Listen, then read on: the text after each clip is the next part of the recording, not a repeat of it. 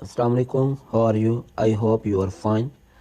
Now we discuss about the use of let and ask. अब हम जिस topic पे डिस्कस करने जा रहे हैं वो है let and ask है। जिन सेंटेंसेस में कोई तजवीज़ पेश की जाए, कोई प्रपोज़ल पेश किया जाए, कोई सजेशन पेश किया जाए, ऐसे फ़िक्रात जिनमें कोई इजाज़त तलब की जाए, परमिशन ली जाए, उनका तर्जमा करते वक्त, उनकी ट्रांसलेशन करते वक्त हम लेट का इस्तेमाल करेंगे।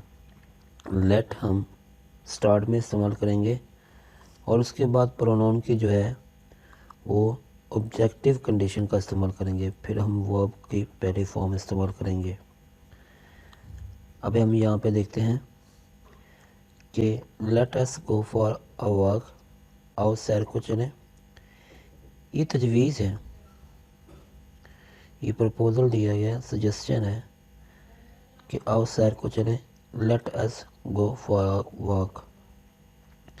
अब हम यहाँ पे देखते हैं कि let us go for a walk, यहाँ पे लेट जो है ये हमने पहले भी बात की थी कि ऐसे सेंटेंस जिनमें कोई तजवीज़ पेश की जाए, कोई परमिशन हो, तो हम लेट के साथ उसका इस्तेमाल करेंगे और लेट हम स्टार्ट में इस्तेमाल करेंगे। और उसके बाद मैंने ये भी इस स्ट्रक्चर में बताया हुआ है कि लेट के बाद हम सब्जेक्टिव का इस्तेमाल नहीं करेंगे हम, बल्कि ऑब्जेक्ट का इस्तेमाल करेंगे, ऑब्जेक्टिव कंडीशन का इस्तेमाल करेंगे। बस हम सेंटेंस जो है सब्जेक्ट से स्टार्ट करते हैं, लेकिन ये जो है लेट से स्टार्ट करेंगे और उसके फ़ौरन बाद ऑब्जेक्टिव कंडीशन का इस्तेमाल करेंगे। यहाँ पे जब हम ऑब्जेक्टिव कंडीशन का इस्तेमाल करेंगे और उसके बाद हमने फर्स्ट फॉर्म ऑफ वर्ब का इस्तेमाल करना है और फिर नेक्स्ट जो सेंटेंस है वो हम इस्तेमाल करेंगे। जैसे कि आओ सैर को चलें, यहाँ पे है let us go for a walk, उसे अपना काम करने दो, let him do his work.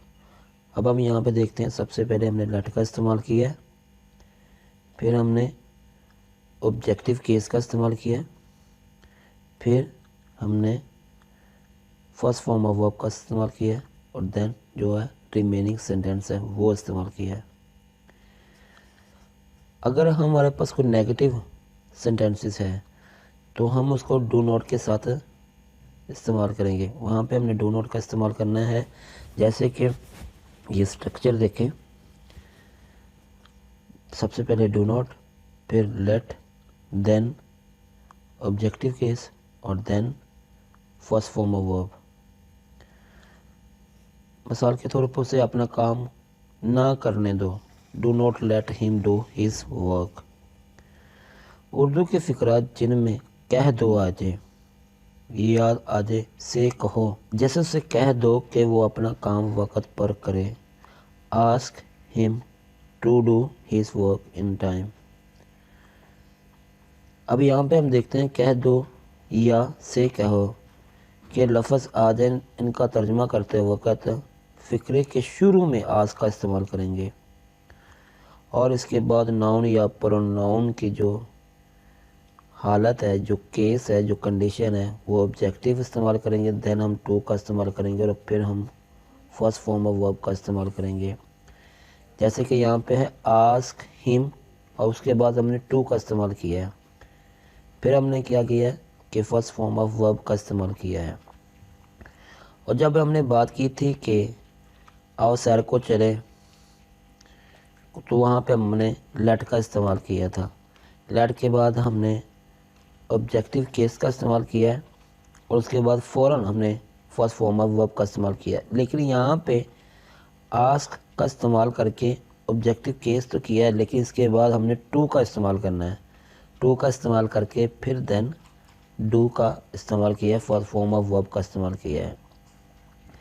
इनका तर्जुमा करते वक्त हमने शुरू में आस का इस्तेमाल करना है और उसके बाद नाउन या प्रोनाउन की मफूली हालत का इस्तेमाल करना है, ऑब्जेक्टिव केस का इस्तेमाल करना है और देन फिर हमने टू का इस्तेमाल करना है।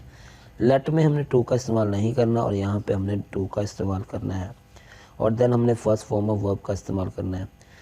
मनफी फ़िक्रे जो होंगे, नेगेटिव सेंटेंसेस होंगे, उनमें टू की बजाय हमने वहाँ पे टू का इस्तेमाल नहीं करना, हमने नॉट टू کا استعمال کرنا ہے۔ اسے کہہ دو کہ جھوٹ نہ بولے، ask him not to tell a lie۔ ہم نے یہاں پہ ask سٹارٹ میں استعمال کیا، سب سے پہلے ہم نے ask کا استعمال کیا، دین ہم نے آبجیکٹیو کیس کا استعمال کیا، آبجیکٹیو کنڈیشن کا استعمال کیا، اور اس کے بعد نوٹ، اور اس کے بعد ہم نے ٹو کا استعمال کیا، اور دین ہم نے فرسٹ فارم آف ورب کا استعمال کر کے، اور جو ریمیننگ سینٹینس ہے وہ ہم نے اینڈ پہ استعمال کیا ہے۔ اسے کہہ دو کہ جھوٹ نہ بولے، آسک ہم ناٹ ٹو ٹیل اے لائی۔ اب میں آپ کو یہاں پہ ڈفرینس بتا دوں لیٹ اور آسک میں۔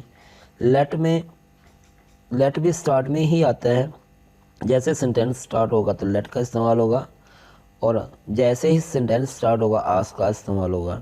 لیٹ کے فوراً بعد آبجیکٹیو کیس ہی آتا ہے، اور آسک کے فوراً بعد بھی آبجیکٹیو کیس ہی آتا ہے، لیکن لیٹ کے بعد جو آبجیکٹیو کیس ہوگا اس کے فوراً بعد فرسٹ فارم آف ورب کا استعمال ہوگا، اور لیکن یہاں پہ کیا ہوگا کہ فرسٹ فارم آف ورب کا استعمال نہیں ہوگا، بلکہ یہاں پہ ٹو کا استعمال ہوگا۔ دونوں میں یہ فرق ہے۔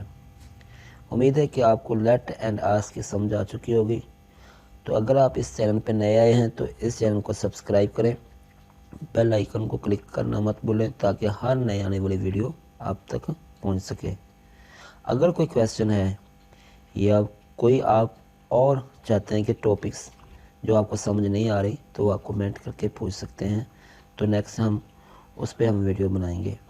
السلام علیکم۔